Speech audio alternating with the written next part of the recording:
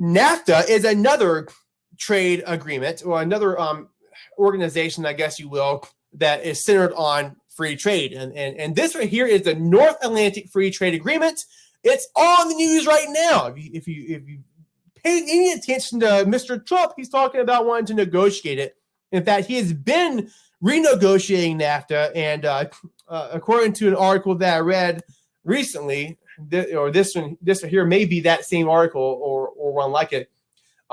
They actually have apparently signed a new agreement and waiting for it to be ratified. So you still see that in the news today. What it actually is, I guess I don't have a map. What the heck? Well, it's Canada, the U.S., and Mexico. That's it. That's what NAFTA is. North American Free Trade Agreement. What we're trying to do is promote each of our well-being equally by getting rid of regulations and things like that prevent certain types of work from being done in certain areas. But what Mr. Trump is trying to do is he feels like it's too one-sided towards Mexico. If you go way back to when NAFTA was a brand new thing in the early 1990s, about the time of President H.W. Bush was president, and he was running against Bill Clinton whenever Bill Clinton won. And you also have Ross Perot that was in there running as a Republican as well. What Perot really differed from George H.W. Bush on was whether or not NAFTA was good for our country, because people were afraid it was kind of too one-sided towards Mexico. And that's kind of what Trump is trying to do. The trade deficit right now between the U.S. and Mexico is big. He's trying to renegotiate. And that's the reason why he wants to change this. So plenty of information. I think I've got a video actually that you guys could look at about this. But one of the things that is a criticism is that in the United States, we feel like a lot of people that are against it kind of feels like a lot of textile jobs or a lot of other factory work might have been moved from the United States into Mexico to capitalize on cheaper labor. And then since there are tariffs and things were lifted, companies didn't have to pay tons of money to get those items re-imported to be sold into places like the United States and Canada. So they are able to capitalize on cheap labor, which put a lot of Americans out of manufacturing jobs. That's kind of the controversy here. Okay, so let me move on. All right, OPEC, the Organization of the Petroleum Exporting Countries. Petroleum is another word for crude oil, pretty much. So these here are the controllers of the majority of the oil in the world. When I say that, what they actually do is they produce approximately 45% of all the oil being produced today, but they control, these countries that you see right here on this map, control about 84% of all proven oil reserves. And what that means is all the oil that we know about 84% of that we know about is going to be in the hands of these countries that are part of OPEC. So what do? Do they just control oil and do whatever they want to and reaping the benefits?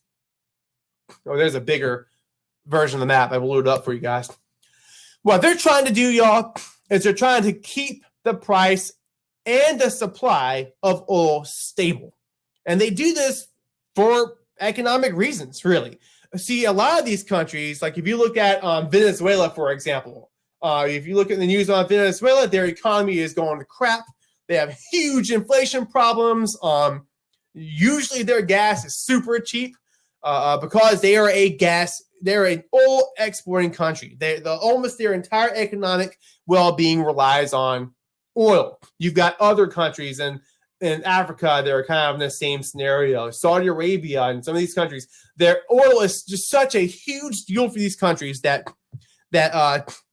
in order, it really is the driving force of their economy. So let's say that Venezuela wants to make a quick buck. Well, what they could do is they could bring down the price of their oil substantially, way lower than all these others. And if they did, who's the world going to buy oil from? Well, they'd buy it from Venezuela. So what would the other oil-producing countries have to do in order to compete with Venezuela? Well, if you said that they would have to bring down their prices a lot, you're absolutely right. So this is the reason for OPEC. They're trying to set the price of oil in a way that keeps the price relatively high and the supply stable so that they can monitor and control the price of oil being sold and exported to the majority of the world. So, I already said all this. So let's look at this. What would happen if one of them budged? I just gave you an example of Venezuela, but here's a real life example. You guys probably haven't been driving that long if you're driving at all. I started driving in 2000. All right. And by 2001, I was driving on my own and had my car. And I remember probably about 2002, 2003 thinking, oh my gosh, I can't even afford to go to my $6 an hour job at the deli because I can't afford gas. Gas was like $1.20 used to spending about 80 cents per gallon. Okay.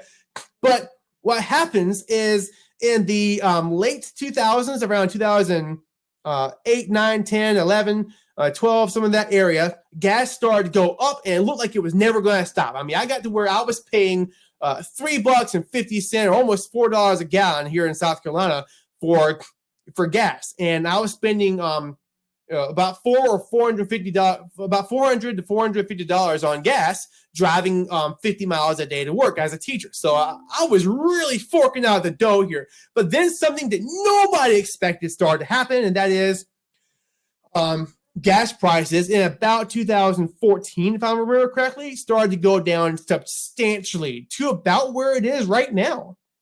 I can go right down the road and get gas for about 170, about 175, $1.75. All right, so here's the thing. Why did gas go down so much? So the reason is we had oil reserve in the United States. We call it oil shale, and Canada also has oil reserves in these tar sand areas, and I believe it's the Alberta province. All right, so it was not economical for these countries to produce all this oil because the cost of extracting it was really expensive. But because of improved technology and because oil was so expensive from the OPEC countries, it became more economical for us to produce our own oil out of those areas.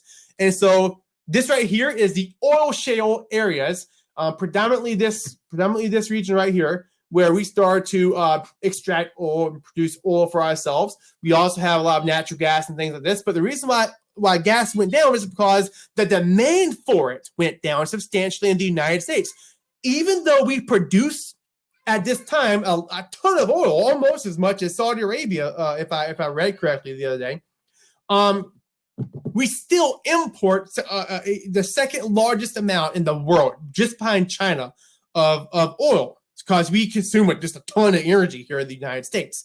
So long story short, the demand for oil went down. Now, hybrid cars is another reason for this. Our fuel efficiency in our vehicles have caused us to use less gas for the same amount of driving, thus driving down demand. So if demand goes down a lot, OPEC countries have to amp up, either decide to increase prices or amp up that supply. And so when we stop relying as much on oil in the 2014, 2015, 2016, it kind of hits some of these countries a little bit hard. And so recently in 2016, they decided they're going to reduce supply in order to increase demand. And so gas started to go up again. And now here it is kind of going down again ever since about, September or October. And it's pretty low right now. So that's OPEC.